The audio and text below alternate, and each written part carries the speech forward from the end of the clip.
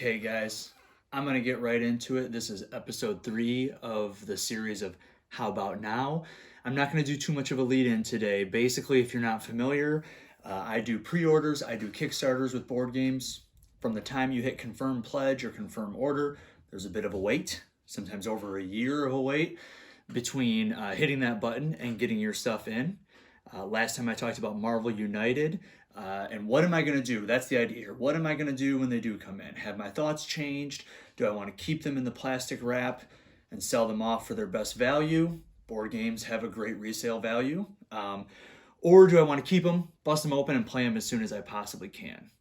And I'm going to keep all these. I'm not doing some big lead in. I'll explain more about these games as I dive into them and everything, but I am going to keep every single one of these boxes and packs. I've been waiting for this for a long time, so let's open them up and see what we got in them. All right, first off, we have the Marvel Champion stuff. I'm not going to spend a lot of time on this.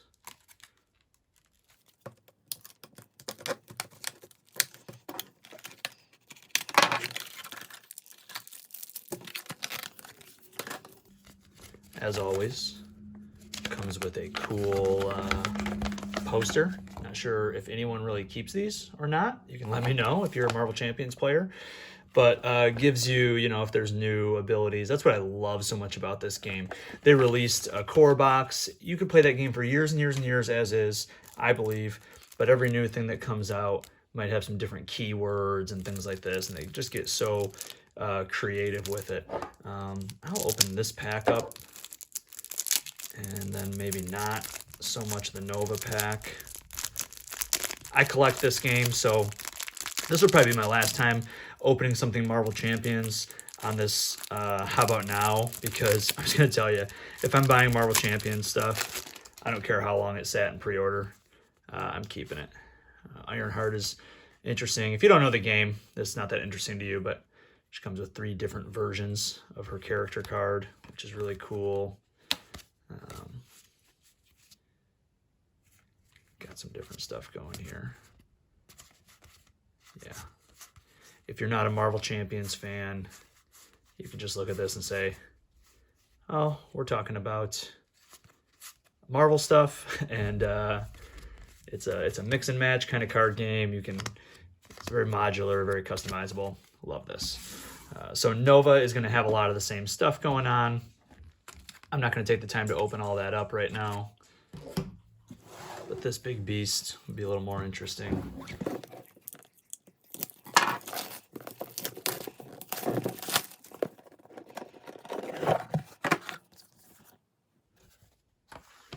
Fantasy Flight trying to sell a not good game in a good game. So what's cool about these scenarios, if you thought about maybe, would I want to get into Marvel Champions? What's cool is they literally have like these little comic book panels, and every new scenario you play is trying to tell a story. That is a lot of box for this many cards. Sorry, one more. This many cards.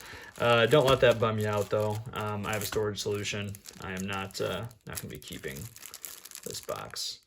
There's your 2 new characters. If you're an Into the Spider-Verse fan, you're going to recognize Miles Morales and Spider-Gwen. Can't wait to get this going. Now, I've got these 2 here. A couple of, I would say, lightweight beauties. I don't think there's anything about these games that's heavy enough to even call them midweight, but I think that these could be in my collection for a really long time and great for getting new players into the hobby. So, I'll start off with Long Shot.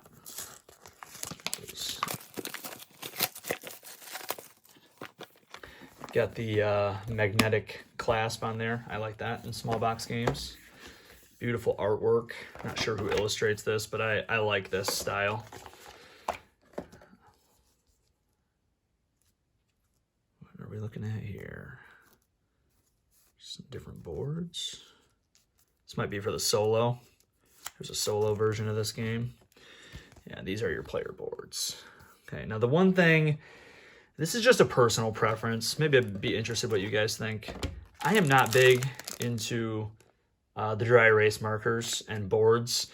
I get why you have to have it for this game, because what you'll do is you will, so I don't remember how much money you start with in the game, but this little hand here, holding that, you literally put your money in here. Let's say you start with 20 bucks, I don't know. And so as the game goes on and you spend money or make money, you need to come back, erase it. If I spent $5, put it at 15. I get why you can't have this be a pen and paper, pencil and paper roll and write game, because that's going to be a lot of keeping track of and a lot of scribbles and things like that. My problem with this is that as time goes on, it seems a certainty that, you're familiar with dry erase boards and markers. It's going to start to smear. It's going to start to be hard to get off. I guess what I would say is if I played this game enough that happens, then I've gotten a lot out of this game, and I should probably be pretty happy with that. But, show the board here. This is a game for up to 8 players. Those are kind of few and far between. So these are the dice in here. Nice 8-sided, thick plastic. This one is 6-sided, but it's just 1, 2, or 3, and you're basically gonna roll this. Roll this, and this is saying that horse number 6, which is not out here right now. Horse number 6 is gonna move 3 spots, 1, 2, 3. And what you guys are all doing on your player boards is you're making bets on different horses winning as the game goes on, and it's just. I am super excited for it. You can look up Shut Up and Sit Down has a great video on this. I think No Pun Included might as well. Naveen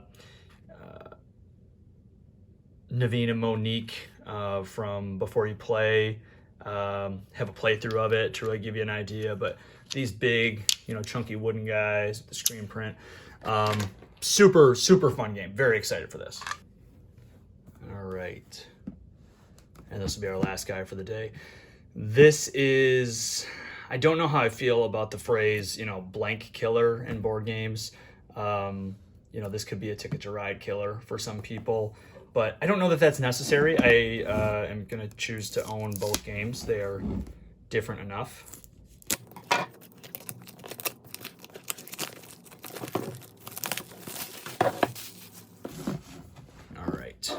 So why do I call it a Ticket to Ride killer? Well, you can see we got buses here, and you're going to have that sort of build out on a map, route building type of thing. The Ticket to Ride is, the Ticket to Ride is, that's what the game is. But what's so cool here is that it's also kind of a flip and write. And I know, so what we have here is a big old bunch of score sheets. Okay. And, pencil, pen, you're going to be marking this up, new one every game. And what you're seeing here is every spot that you can go. I'll show you the different wood pieces. Let's do purple.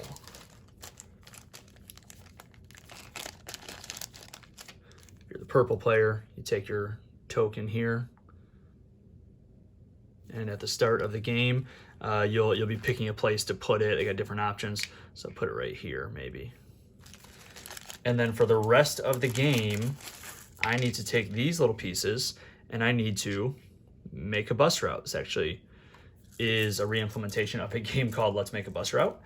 And cards that get flipped over, cards 1 through 12, everybody's going to have different shapes that they can put their pieces down in, or orientations they can put it down in.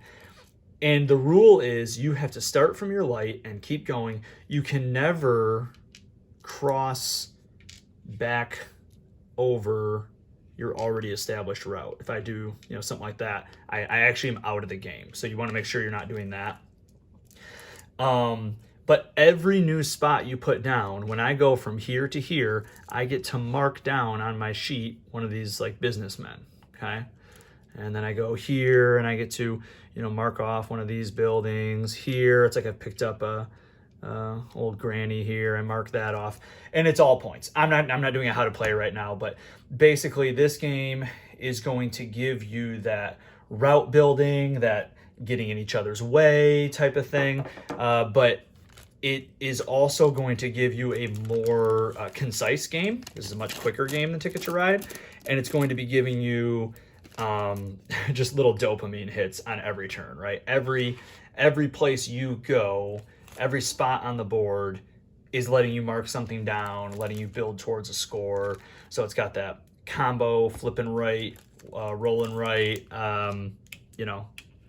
mania, combined with letting you build something out on your board that you can look at the end and be excited about. That's my thing, my board, whatever. So that is the games in this shipment. Keeping them all, excited to play them all, and yeah, I'll finish up. All right, so we finished up. Like I said, maybe this one wasn't as exciting. There was really no decision to make. I'm excited for all these. I'm ready to play all these, hoping to get to this weekend even. So yeah, let me know your thoughts if you have gotten to play some of these. I know, get on board. You can play on BGA. What a great website.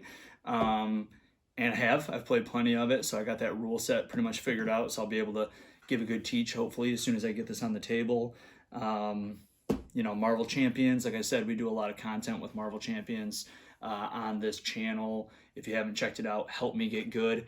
I stink at this game. I wish I didn't, but I do. And so I want viewers like you to help me, give me some tips, quarterback me a little bit, and help me get better. And yeah, so that's it for today. I do know that my next one will be a little ways off, could be a couple months. Dog Park, the deluxe edition, getting off a Kickstarter there. So when that comes in, I'll be sure to get it out in front of you guys, and we will make a decision. That one is going to have insane resale value. I think you got the dog. It's Wingspan for dogs, in so many ways. And yet I love dogs. So what to do? Not quite sure. Again, as always, if you guys want to leave thoughts in the comments or wherever, if you have your own thoughts on Dog Park before I make that decision, you can maybe sway me, or again, your thoughts on these games. So thank you guys. How about now? Still keeping all of them. Thanks.